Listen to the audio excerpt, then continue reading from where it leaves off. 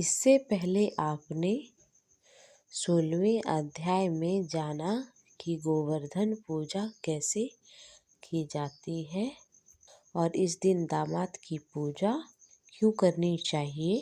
आज की इस वीडियो में सुनेंगे कार्तिक मास का 17वां अध्याय नैमिषारण्य तीर्थ में सूत जी महाराज।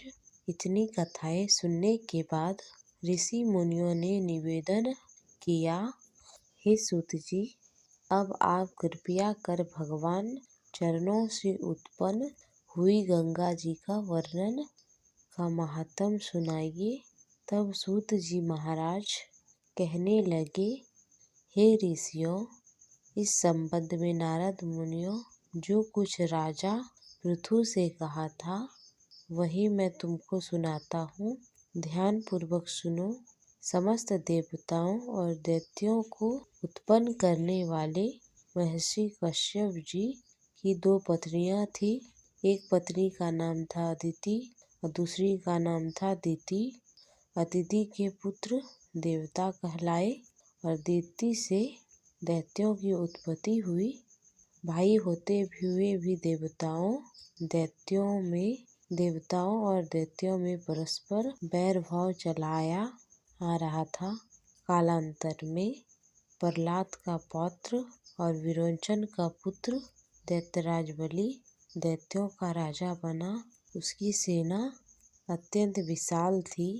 समस्त पृथ्वी पर विजय प्राप्त करने के बाद उसने स्वर्ग पर अधिकार जमाने के लिए देवताओं पर चढ़ाई कर दी।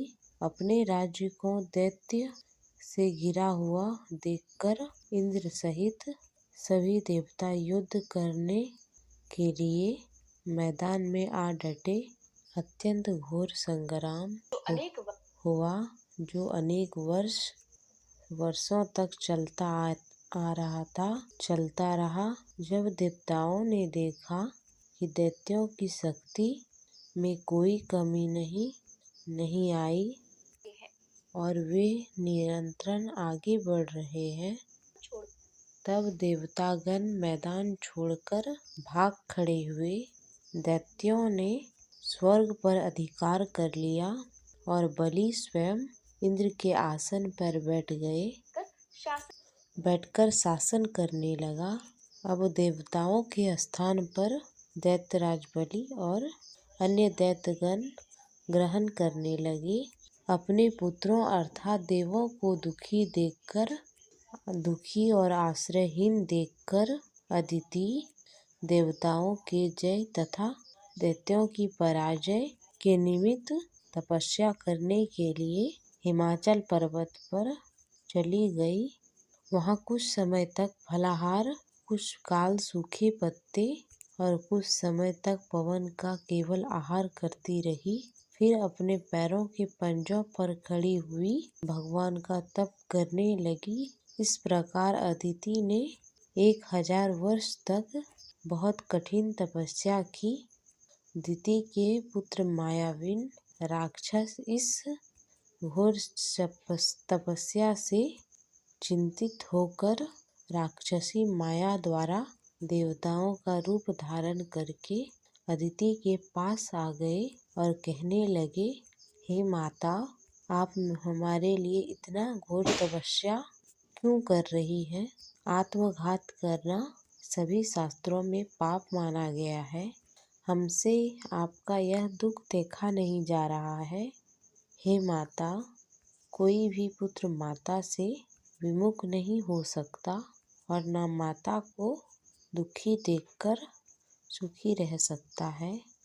हे माता, शास्त्रों का कथन है, जिस घर में कल्याणकारिणी माता नहीं तथा प्रिय बोलने वाली पतिव्रता स्त्री नहीं, उसका जीवन निरर्थक है।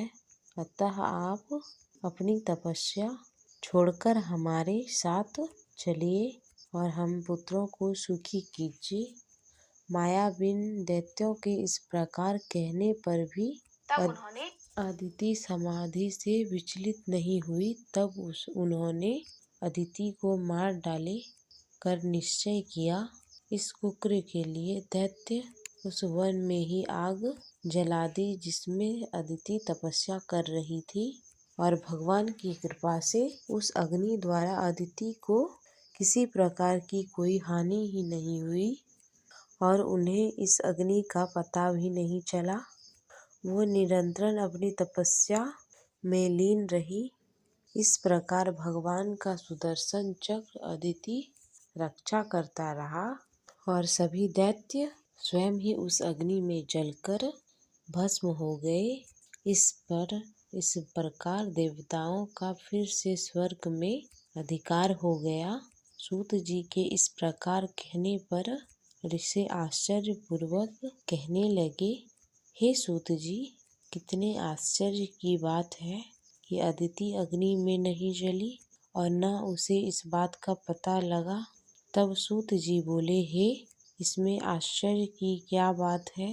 जिन भगवान के स्मरण मात्र से सारे संकट दूर हो जाते हैं, उनका ध्यान करने वाले भक्त को भला कौन कष्ट दे सकता है।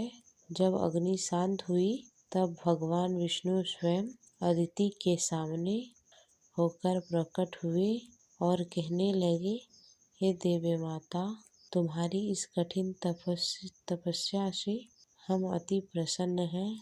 आप इच्छित वरदान मांगिए। भगवान विष्णु को अपने सम्मुख साक्षात उपस्थित देखकर अदिति ने विनम्र पूर्वक भगवान की स्तुति करते हुए, हे भगवान, आपके स्मरण मात्र से समस्त क्लेश दूर हो जाते हैं और आपके चरण कमलों की सेवा करके भक्तजन परम सिद्धि को प्राप्त करते हैं। ऐसे भगवान को नमस्कार है। देवता, नदी तथा समुद्र आदि सभी कुछ आप ही तो हैं। अतएव आप मेरे पुत्रों की रक्षा करें और निष्कंटक राज दीजिए। अदिति के ऐसे वचन सुनकर भगवान कहने लगे, हे देवी माता, अब मैं पुत्र के रूप में तुम्हारे यहाँ जन्म लेकर असुरों का संहार करूँगा। इतना कहकर अपनी कंठ की माला अदिति को देकर भगवान अंतर्ध्यान हो गए। इसके पश्चात देव माता अदिति अपने आश्रम में चली आई।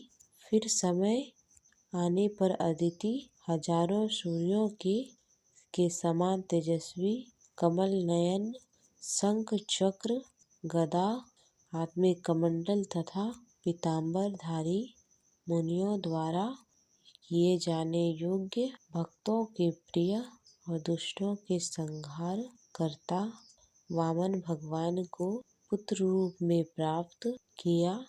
वामन भगवान को अपने आश्रम में देखकर कश्यप आदि ऋषि ने भगवान की स्तुति की। तब वामन भगवान ने कश्यप ऋषि से बोले, हे पिताश्री, हम प्रसन्न हैं, आपके समस्त मनोरथ पूर्ण हो। हमने अब तक 2 बार आपके घर में जन्म लिया और आगे भी जन्म लेंगे।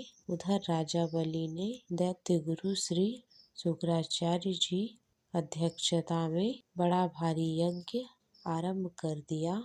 जिसमें यज्ञ का भाग्य था उसे ग्रहण करने के लिए लक्ष्मी जी सहित विष्णु भगवान का आह्वान किया। उसी समय आह्वान किए जाने पर भगवान बटुक ब्रह्मचारी के रूप में वहां पर उपस्थित हुए। भगवान के ब्रह्मचारी रूप में होते हुए भी ऋषि लोग ज्ञान दृष्टि उनको पहचान गए। उन्हें देखकर शुक्राचार्य जी राजा बलि को सारी स्थिति से अवगत करा दिया। ये था कार्तिक मास का 17वां अध्याय।